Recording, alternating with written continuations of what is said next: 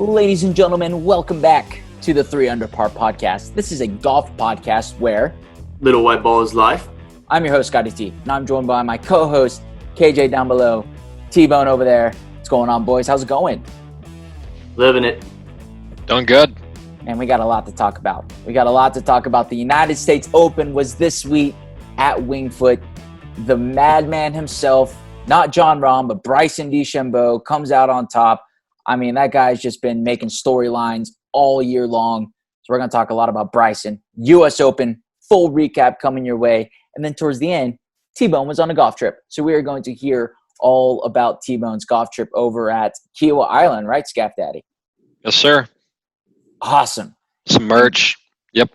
And then KJ was in the club championship this weekend. So busy weekend across the board for the 3 Under Par crew. So we're just going to dive right into it.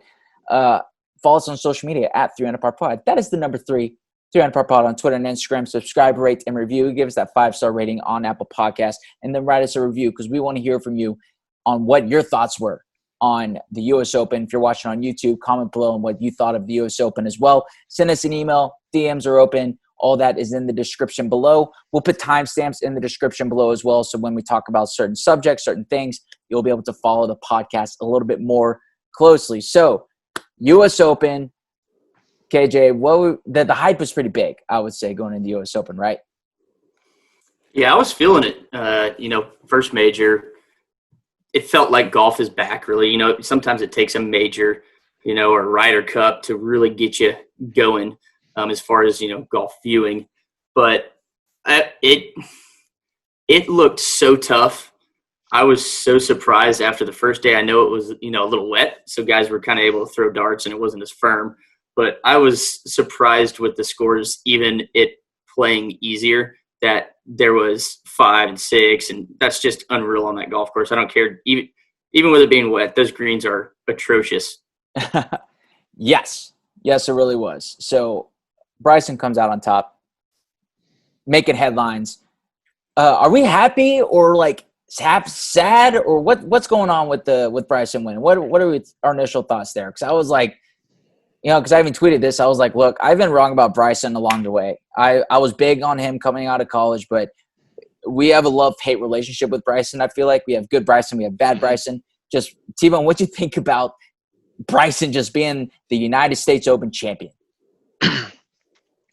So I think you hit it on the head pretty well. I think we're kind of all over the board in terms of how we feel about him. But overall, I think I'm kind of bummed. And it's almost like, we were talking about, I think a few months ago on this podcast, we're saying, hitting this absolute bomb off the tee, we don't know how that's going to translate at a major. And so far, it's looking pretty good in majors. So I know he's got, I think, a top 10 at the PGA Championship, and then pretty much a dominating performance here at the U.S. Open, only golfer under par. So he's going to be around. He's going to be around for a long time, and it's almost one of those things that we've been making excuses to almost root against him, I think, but we've kind of got to accept that he's a stud, and maybe has figured something out. Yeah, I mean, it did kind of bum me out just because of, the way I We're all thought kind of sad. His game was going to stack up at a U.S. Open. If there's ever going to be a tournament that is going to bring I don't care where it goes, I'm just going to bomb it to its knees, it's going to be the U.S. Open. And it didn't happen. So, you could have given me 30 names probably, and Bryson wouldn't have been up there on that one. Well, it's also one of these things where he keeps talking about, golf is fucking hard.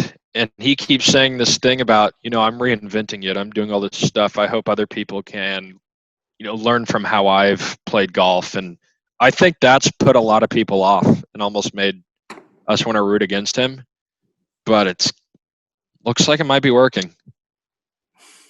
Man, even going back to when he first came out on tour, mad props to Bryson DeChambeau, because people have actually really doubted him along the way with everything that he's done. He rubbed people the wrong way when he came out, hadn't won a PGA Tour tournament before, and he's on those freaking Microsoft commercials with like all the XYZ Pythagorean theorem stuff going on in the background. He's like, oh, I'm trying to reinvent the game, but I use my Microsoft Surface. It's like, okay, dude, like go do something. And he's been very brash just with everything that he's done with his run-ins from Brooks Koepka. Just everything that he does just rubs people the wrong way, I think. I took a screenshot. Solly over at No Laying Up, he tweeted this out, and I thought this was great. And this didn't even encapsulate everything. So credit to him on this one. But he said, just this year alone, Bryson, quote-unquote, gained 1 million pounds, became the longest in the game, fought some fire ants, made it 10. Was it where was that? At the Memorial? Is that the Memorial? Yeah. He called out Brooks Koepka's abs. He cooked bacon shirtless. He said he wanted to live to be 130, yelled at a cameraman, had his caddy block the cameraman. He berated a rules official that one time, but he also won the US Open. Like, Bryson has had a year with everything. And look, this is some pretty good company that he's in. Only 2 people have ever won the NCAA championships alone, the USAM and the US Open. That is Jack Nicklaus and Tiger Woods. And now you throw in Bryson DeChambeau's name in that mix, which is almost sacrilegious to say out loud almost, but that's some pretty good company to be in. And he's a psychopath, man. Like, I don't even know he's a crazy person, but like, he's good for the game, I feel like. Oh, absolutely. And just the list you talked about, I mean, if you go even further back, just as long as we've known Bryson, it's everything you just said in the past year, but you think about, he comes out with the same length irons. He wears that hat. He's a physics major, and he lets you know it. I mean, he's always doing something that people are going to notice. And it is great for the game of golf, but also pretty maybe annoying. Definitely annoying. Yeah, I don't know. And look, props to him in the fact that he has totally reinvented his game. He really has. Seeing those pictures from like when he came out first on tour from his SMU days to now, it's like, who ate Bryson? But, you know, just drinks all those freaking protein shakes. But it's worked. Like, he's called his shot literally every single time now. It's outrageous. And to your point, KJ, if he was going to win, I thought he would have, quote-unquote, bullied Augusta first for his first major win, not a U.S. Open, especially at Winged Foot. But, dude, that guy, I don't know. I thought KJ was on the right track with picking Webb Simpson, who ended up having a top 10 finish, because you got to hit fairways. But also with his swing speed and everything, the rough, it's not a non-factor, but you can get out of that rough easier when he's so strong and has that swing speed. That I didn't really consider that whenever we were picking for this tournament. So yeah, I barely watched the tournament because I was golfing the whole weekend, but one of the shots I saw was I want to say a 9-iron from 220 in the rough. Oh my gosh. That's offensive. That really is offensive. Granted, it was downwind, but he got it there.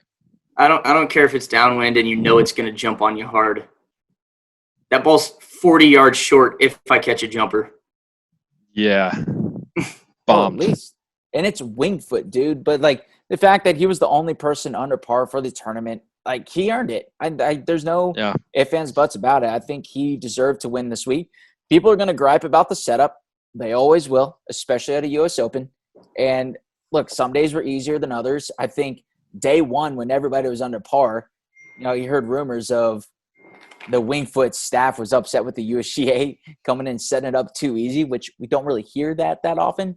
But then they clap back. And even on Sunday, dude, that's what you want in a U.S. Open. He was the only person under par on Sunday, period, in the entire field. It was pretty interesting, though. I tuned in a lot on Sunday. Him and Matthew Wolff, I was ready for a showdown, man. And I was pulling hard for Matthew Wolff. I mean, y'all know my stance on Matthew Wolff. I love that guy. And it was only his second major ever to play in. And he finished top 10 at the PGA last year and second at the U.S. Open this year. So he's gotten some good track record. I just think it was almost too early for him to start winning. 21 years old. I think you learned a lot from this. And so that's my thoughts on Matthew Wolff. And Scott, I'll give you some credit for this. I think your prediction was bold. And I think it was about a year ago you said he would be the best Oklahoma State golf grad of all time. Was that the quote? He'll be the best golfer to ever come out of Oklahoma State. So I think that was a pretty big claim to make, but now when you think of him compared to Ricky, it's kind of like Who? Yep. Exactly. Ricky Fowler, Yeah. man. I can't even get into Ricky. Unless we're talking about mortgage commercials, then he's the king. The Rocket Mortgage, dude. Man, there's a lot that we can dive into about Ricky, but I'm not going to. I think he finished, if I'm not mistaken, like last strokes gained to the field, just overall. Just not a good performance. I think he made the cut. I don't even know. I don't keep track of Ricky Fowler anymore. It's not my thing. I'm more interested in Matthew Wolff, man, because that guy is fire. Between him, Hovland, and Morikawa, those three guys are studs. Yeah, I think Morikawa is going to be more than Wolff, I'll be honest with you. But that was a ballsy quote, but I got to agree with you, Scott. Unfortunately, I have to agree with you here. Always hate hearing that. But, I don't know what else more you can say about Bryson that hasn't already been said, besides the fact that he's kind of a douchebag. He's not that likable, but whenever you hear him talk about it, you're like, okay, I see his perspective. I see where he's coming from. And to your point, KJ, he really is kind of changing the game at the moment. Like, even my boss came in today and he was like, hey, like, I think I might get some same length irons. And it's like, well, I never would have heard anybody say that before. But So a question I have, I think someone who I thought about with this tournament was Brooks. And I thought about, a few weeks back with this banter they had going, one of the things they talked about was Brooks said, I don't need to hit the ball further, basically hinting it. He doesn't need to be like Bryson, but it makes you wonder if there's going to be other guys that are going to follow behind him and start bulking up and just trying to hit the piss out of the ball. Because why not if so far it's going working like this? Yeah. And I almost feel like Rory sees a lot of the potential, and he's almost a more mild version of Bryson because, we've always talked about the fat, curly-haired Rory days compared to now. So I think, and then same thing with Tiger, just those guys getting jacked. But I think, Bryson took it to that next level. And I'm curious to see if people are going to start doing this, or if you're going to have, high school golfers starting to just get massive. I don't know. yeah, Makes you think. That's actually a question that we got submitted by Garza, friend of the pod. Garza, we all know him. He said, how will Bryson winning affect coaching at the high school and college level? Do you think people will put more of an emphasis on working out, especially seeing what Bryson has been doing and has done? Will people put an emphasis on it? Like, do you think people who are good in college who just have like an average season will bulk up in order to try to get better to improve their game for the pro level? Does that make sense? Yeah. Again? Are people going to start working out a lot more and bulking up the way that Bryson did? Like, if they're an average college player, are they going to just start hitting the gym hard and doing everything they can to get that distance? That's the thing, which I just don't understand how. I just don't see this working for everyone. There's nothing in golf that says everybody has to do this. That's why it's golf. It's unique. Some swings don't look anything remotely like you would expect for a swing on the PGA Tour. Well, think of the last two. Final group on Sunday. Yeah. Got the mad scientists and the Wolff. Yeah. But, it's going to be the same answers. What works for some doesn't work for others. And that's kind of the way it is through anything in golf, I mean, that's even what Bryson said, swing your swing. That's what Arnold Palmer used to say. Arnold Palmer, people forget that he had a wacky little swing and follow through. Even Jack Nicklaus, man, like, to your point, T-Bone, seeing those last two guys in the final group, those are the most, outside of Jim Furyk, and maybe Hideki, two most interesting swings that are out on tour right now. And look, you just get the ball in the hole. That's all that matters. Just get the ball in the hole. It's fun to see, though. It's fun to watch. For sure. Yeah. Is this sustainable for Bryson? That's what I want to know. Is this sustainable? The working out and everything, I feel like every guy goes through this, I'm going to bulk up phase, right? I'm going to get yoked. try to bench press 400 pounds. But especially for golfers, and I would also include baseball players in this, you need that flexibility. You need to be able to maneuver in ways that the body isn't natural. It's not natural to the human body. So in bulking up like that, it's hard to keep the weight up. Like, look at an NFL lineman. After they're done playing the NFL, they always drop like 50 or 60 pounds. Joe Thomas, yep. Yeah. I mean, we saw Luke Donald. He got to number 1 in the world. He wanted more distance, started working out and everything. And then his game just went to hell. Like, I don't know. Everybody's different. You're right, KJ. It just depends on the person. But I don't know if it's sustainable. Do y'all think it's sustainable? Like, I think it'll work for the short term, but over a 10, 15-year career, I just don't know. We're going to be seeing him swing that swing speed when he's 40, 45? No. But, he's going to get him – he's going to max out. He's going to max out, That's what he's going to do. Whether his swing speed is 5 miles an hour less, when he's 40, more than likely. But is he still going to be swinging at as hard as he is now? Yeah, I guarantee you. And the thing that also with Bryson is he's always going to be doing something new. I think his quote after the round was the next thing he's trying is he's going to get the longest possible shafted driver within the legal limits, and he's going to see if he can get more swing speed with a longer shaft. So I think he's always going to be doing something weird, and I wouldn't say hoping, but I'm thinking that it's not always going to work out for him. It might not, dude. You're right, man. Bryson's game now, if there's anything we've learned from him through seeing his progression just on tour alone, his game is going to look completely different 5 years from now than it does at the moment. But bottom line, dude, he's a major champion now. That's so weird to say. He's a major championship winner at a course that kicked the teeth into a lot of golfers, and he did great. I don't really know what else to add to that. Like, people are going to try to – golf is so stale sometimes. And he's really trying to innovate the game.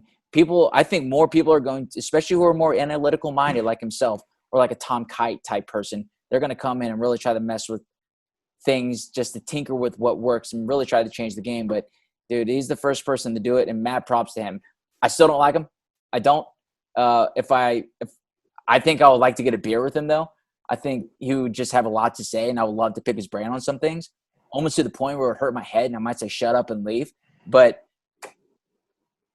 I don't like him, but I respect him. You got to respect it. So think about how brash he's going to be now. Think about all the comments. We went through the list this alone, especially with the run-ins with Brooks Koepka. Brooks had a point where he said now he feels like he can talk after he won a major or two. Then he started sharing his true thoughts. Is there more that Bryson can share to the world that we don't already know, you think? Scaff. Go ahead, Scaff. You're saying is there more that Bryson can share? So, when Brooks Koepka won, he said, hey, now I feel like I can share my true thoughts. Like, he was almost kind of holding back from the media. Do you think Bryson might be that same way? Like, is there anything that we already I don't think he's been holding back. I hope he hasn't been holding back. I know way too much about this guy. He puts his fucking golf balls in solvent to find the level of gravity point. I mean, what other golfer do I know that about? I mean, I know everything about Bryson. I hope he hasn't not opened up. Yeah, I don't think he's got much more left in the tank. He is that douchebaggy kind of feel to him and in your face type guy. So I don't think he's holding back on us at all. Is there an asterisk on this major since Brooks Koepka didn't play? No. I think so. Nah. We talked about this when we were making our picks. None of us would even put him up there. I think you did, Scott, didn't you? Didn't you say you'd pick him? No, I don't think so. I think I would always love to pick Jordan Spieth at the Masters, but I don't think I would pick Brooks for this week just because he's not healthy. That's the only reason why. If he's healthy, sure, probably. But until I know he's healthy, I don't know if I'm going to be picking Brooks again for any majors. And he's going to – because he's been saying he's been healthy for like 9 months, but he isn't. And that's kind of evident in his golf game too. So Brooks, get healthy though. So man, can you imagine, let's say next year. So the next 2 major championships are the Masters. Let's think about that. Wow. Yep. I saw that on Twitter, and I can't wrap my mind about that. That is fantastic. The next 2 major championships are the Masters. I want a Bryson and Brooks showdown at Augusta. How cool would that be? Well, I'd like to throw a few other people in there. I would hate to see just them 2 going at it, but yeah, I'd love to see a couple bombers going at it. I don't think that. I mean, I don't even know what I think anymore because I thought for sure the only one. There's no chance he had to win, and he blew everybody away. So it's just I don't know. It's golf. That's the only explanation. Is golf. I mean, I'm sure people have always said this in golf, but it just feels like right now the talent is so deep. That newer crew like Victor Hovland, Wolff, Morikawa, they're legit now. And then you have, JT, Rahm, all those guys. And then you have people like DJ who just kind of comes out of the works and becomes player of the year. Hell, who knows what Tiger can do at the Masters. It just feels like the talent level is so deep right now and anyone can win. To that point, you know who finished T6 at the U.S. Open this year? Will Zalatoris did. That guy's not even on the PGA Tour right now. He's on the freaking web.com. And this year with the Corona and whatnot, those Korn Ferry guys aren't going to be graduating to the PGA Tour. That guy is getting shafted with that rule this year because he finished top 6 at the U.S. Open, beating the best players in the world. That guy is PGA Tour ready. If you're not familiar with Will Zalatoris, get to know that guy because he's one of those Dallas guys like Scotty Scheffler. They grew up playing together. Will Zalatoris is going to be big time on the PGA Tour, in my opinion. So, but we might have to wait a year. I hope the PGA Tour gives him like a special exemption / he gets a lot of sponsors invites to the PGA Tour because that guy can earn his way up there quickly, I think. But who were you most disappointed in at the U.S. Open this year? Like, who's that one guy that was like, man, I was expecting a little bit more? I don't think anybody was going to beat DeChambeau. Like, Matthew Wolff shooting 65 on Saturday. It's hard to follow up a good round with another round. So I'm not necessarily disappointed with Wolff. Who else kind of sticks out in your mind, KJ? Just didn't have a good week and we expected more. I don't know. I saw Tiger. Everybody wants Tiger to play well, well, at least nowadays, I feel like a lot more people are on the Tiger train. I know I'm one of those guys who, growing up, it was just like almost anybody but Tiger who wins every week. But now I'm really rooting for the guy. Right. I don't know. I saw a lot of big numbers up there. So, you pick it. I think, yes, there was a very, very tough, it was tough conditions, but, you had a lot of big names that were plus 10 or more. Right. Yep. I think that seems a little bit. Are you talking about Joaquin Joaquin Niemann? What about him? Are you talking about Joaquin Niemann finishing a plus 10? Big names that are disappointing? All right, plus 11 and more. Okay. Yeah, I don't know. It was just a bloodbath. I think Morikawa was pretty disappointing. Okay. I don't think anyone's really, expecting a repeat, but he was definitely a favorite to miss the cut. I think that's kind of a bummer for him. Yeah, I would say. What's his history at Winged Foot, though? Nobody has history at Winged Foot besides Phil Mickelson. So I don't know. I think Morikawa is still a stud. It's just it takes playing these courses, even if you're on your game, to feel comfortable and know what you're doing, know the misses, know why to be on, shade this side of the fairway on the way in, things like that. It's small things like that that add up over 4 days that make the difference between you winning it and you finishing or not making the cut. Right. You know who I was disappointed in was Dustin Johnson. That guy has been on a tear. And Dustin Johnson finished tied for 6th, so it's not like but he high was standards there, buddy. Well, look, he wasn't a factor though. It's Dustin Johnson. Yeah. I told you this. You guys didn't believe in my mojo. No, I said the same thing, T-Bone. I was with you. Yeah. T-Bone, you called it, man. It was running out of steam. Right. Also, I don't know if this is like a surprising upset or disappointment anymore, but at one point, Ricky was on the first page of the leaderboard. I don't know if that was Friday or maybe even Saturday. I barely watched golf, but T49 What did he finish at? for Ricky. T49, 9 over. No, 17 over. 17 I was over. about to say, I saw him at 12 over at one point. Yeah, so, I mean, Ricky and Spieth, it's just kind of becoming – they set the bar so high that, you know, I don't know if it's disappointing with how they finish anymore. Do they just kind of suck now? I think the most not surprising thing is to see Louis Oosthuizen in contention at a U.S. Open every year. He's always there every time. The farmer. I'm telling you. Correct. Louis Oosthuizen is a major championship winner and has never won on U.S. soil, even though he is a baller. So, overall, though, great week at the U.S. Open. Let's move on to T-Bone's golf weekend. So, just got back off of my 3-day golf adventure. It was the first annual Big Kahuna Open, which is a little bit of bad mojo because we played in a Cypress Wood tournament called the Big Kahuna, where we just got, pencil whipped as usual.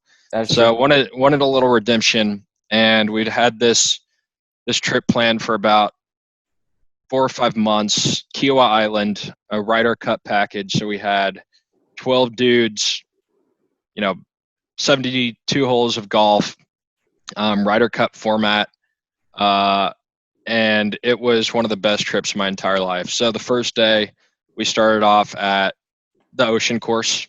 So host of the 1991 Ryder Cup, where Bernhard missed that brutal 3.5-footer to lose the cup. And then 2012, Rory's PGA Championship. So definitely a lot of hype, a lot of history, and it was probably the best golf course I've ever played.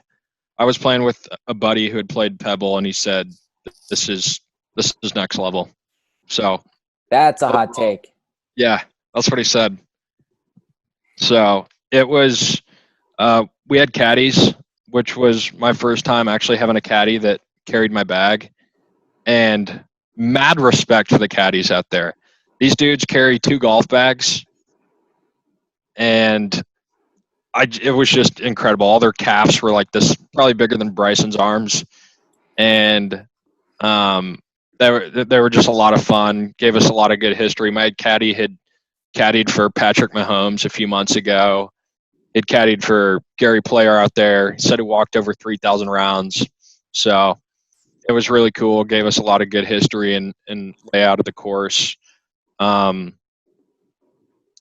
to think what else. So this was pretty funny. So my caddy, I guess this will be appropriate for the pod. We'll see. Sure. So the front 9 was incredible, but they said, hold off on all the pictures until you get to the back 9. We're like, cool. So we're taking the shuttle over on the cart, and someone texts in the group, like, apparently the back 9's way harder. Like, we need to get our shit together for the back 9. Our caddy goes, back 9's harder? He goes, it's only harder if you're a pussy. We're like, holy shit. Because the thing about the course is that it was the most visually intimidating golf course I've ever played in my life. It was so weird with, how the ocean's laid out and how bunkers are placed, that just so mentally effed over the ball in some of these. And, the caddy gives me the line off a tee shot, and he goes, you're going over this bunker. And I go, dude, there's, water just right of that. And he goes, you're going over this bunker. He's like, hit the damn ball. This is the line.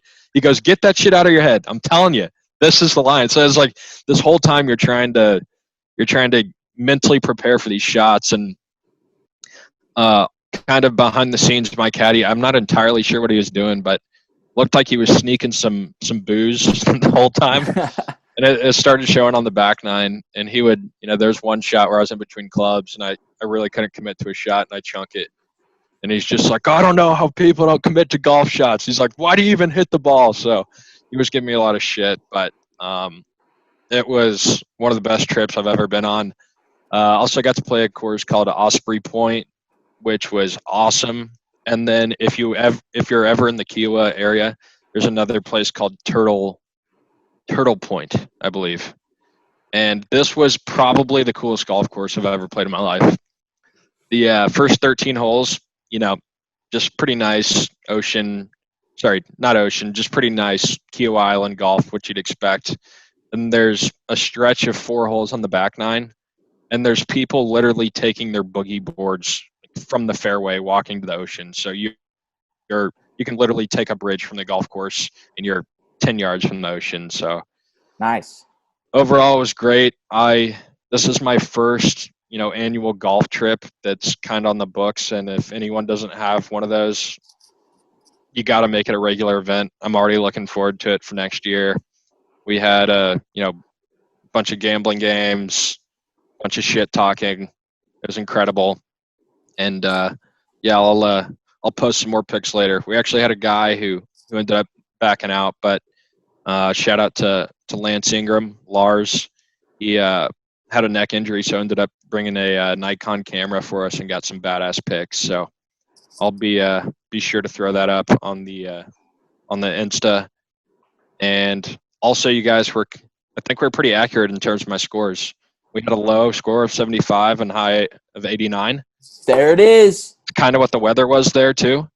So yeah, it was good stuff. And not to brag, Daddy went 3-0 in his matches, MVP of the Big Kahuna Open. MVP, no big deal. We've got a beat jacket. somebody with an 89.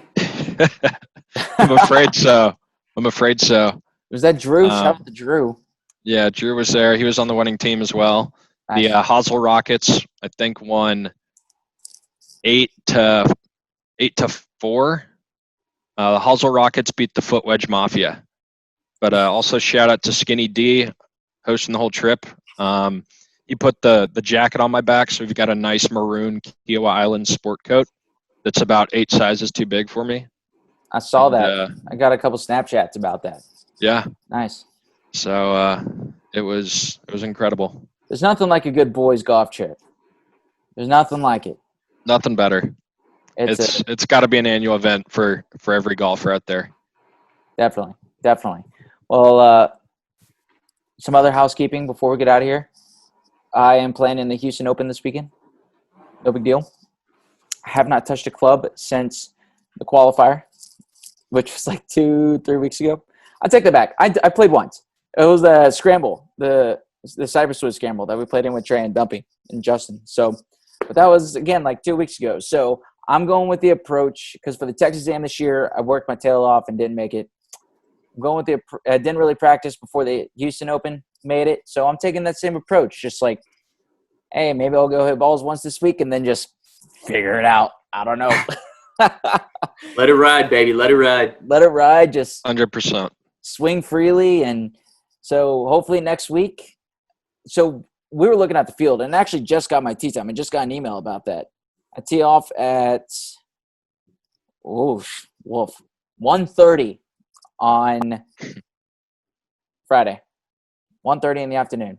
So I will be taking the full day off of work that Friday. But I have no expectations. It's a 144 player field, and the cut goes down to 40. Goal is to make the cut. Goal is to win. Cut after Saturday or Friday? After Saturday. So you get 2 rounds of golf and then the cut. So I will be keeping the listenership update on how I do next week. That's all I got, fellas. Is there anything else that y'all like to add before we get out of here? I'm so happy that you let us know that the next 2 majors are the Masters twice. I can't get over that, man. That made my day. Do you think Bryson wins either one of those? I don't want to answer that right now. So we got one November. Is it like the 11th or 14th, something like that? Yes, it's the week of November 12th through the 15th is the Masters. And then the next one? It's the usual time in April. That's awesome. It's fantastic. Is this the first time ever we get back-to-back Augusta National membership? It's got to be. It's got to be. And I love it. I love it. I mean, if you get back-to-back Augusta, it's going to feel like the rest of the majors are just like there, I think, though. I'm hoping the one in April will have fans. How bad would that be to win your first Masters and get the green jacket and only get to keep it for, less than half a year? Unlike Tiger, who's gotten it for a year and a half. Yeah. Tiger is still your defending Masters champion right now. Like, there's nothing better than that. And think about last year, too, that just iconic moment of the fans yelling, Tiger, Tiger. Like, I'm getting chills just thinking about it right now. We're not going to get that this year. There's no patrons out at Augusta this year, which stinks. There you go. How dare yourself? My apologies. Just like how dare yourself? Did I just say that? You all right, Oh, fuck. It's been a long Monday. Let's wrap this up, boys. Just the How dare yourself? I don't even know. I thought that was right. God. Need some water. Scap's losing it. KJ, good luck with everything else you got to do. T-Bone, always a pleasure. Thank you for everybody for tuning in. We hope you enjoyed this episode of the podcast, and we hope you enjoyed the U.S. Open. I had a really good time watching it. It's good theater. Anytime Bryson's in the mix, it's almost must-see television now. I really think so. And Matthew Wolff wasn't his coming-out party, but especially after his last two majors, finishing top 10, we were questioning why he was in that TaylorMade match with Rory and Ricky, and I forgot who the fourth one was, and Dustin Johnson, I think. Yep. His game is there. His game is right there, and I think his major championships, last two finishes, prove that. Shout out to Patrick Reed for not winning, even though our friend Reed Fowler, who was on the episode last week, gave an awesome preview. Thank you again, Reed, for coming on. He had Patrick Reed. I thought Patrick Reed was looking good for a while. It was scary. Also, shout out for Tony Finau finishing top 10. I don't think anybody knew that. So, Justin Thomas, Rory, Webb, Zalatoris, Xander. Shout out to Harris English for a fourth finish, too. It was a blast. Good leaderboard. Wingfoot, I think, delivered. I don't know where the next U.S. Opens are. I think next year's might be Torrey Pines, if I'm not mistaken. Sounds right. Which is cool. Tiger might win the next three majors. Augusta, Torrey. Oh, they moved the PGA Championship. My bad. Kiawah. Next year, let's go. Well, Ocean Course. He might win the Players, too, since that's upgraded to a major now. You're right. Actually, next year's PGA Championship counts because it's at Kiawah Island, and I've played there. It is. It's got the T-Bone stamp of approval. On that note, we're going to get out of here. Before we do, follow us on social media at 300PAR-POD. Number 3, 300PAR-POD, Twitter and Instagram. Again, if you have any thoughts on the tournament this week or any questions you would like us to answer at any point, feel free to reach out. The DMs are open. Check that email in the description below. Write us a review on Apple Podcasts. Give us that 5-star rating. Hopefully we got some big things coming down the pipeline here at 300 Par. Stay tuned for that. Hopefully some things in the works here. So, fellas, that's all we got. I'm Scott for Kyle and T-Bone. And remember, little white ball is life.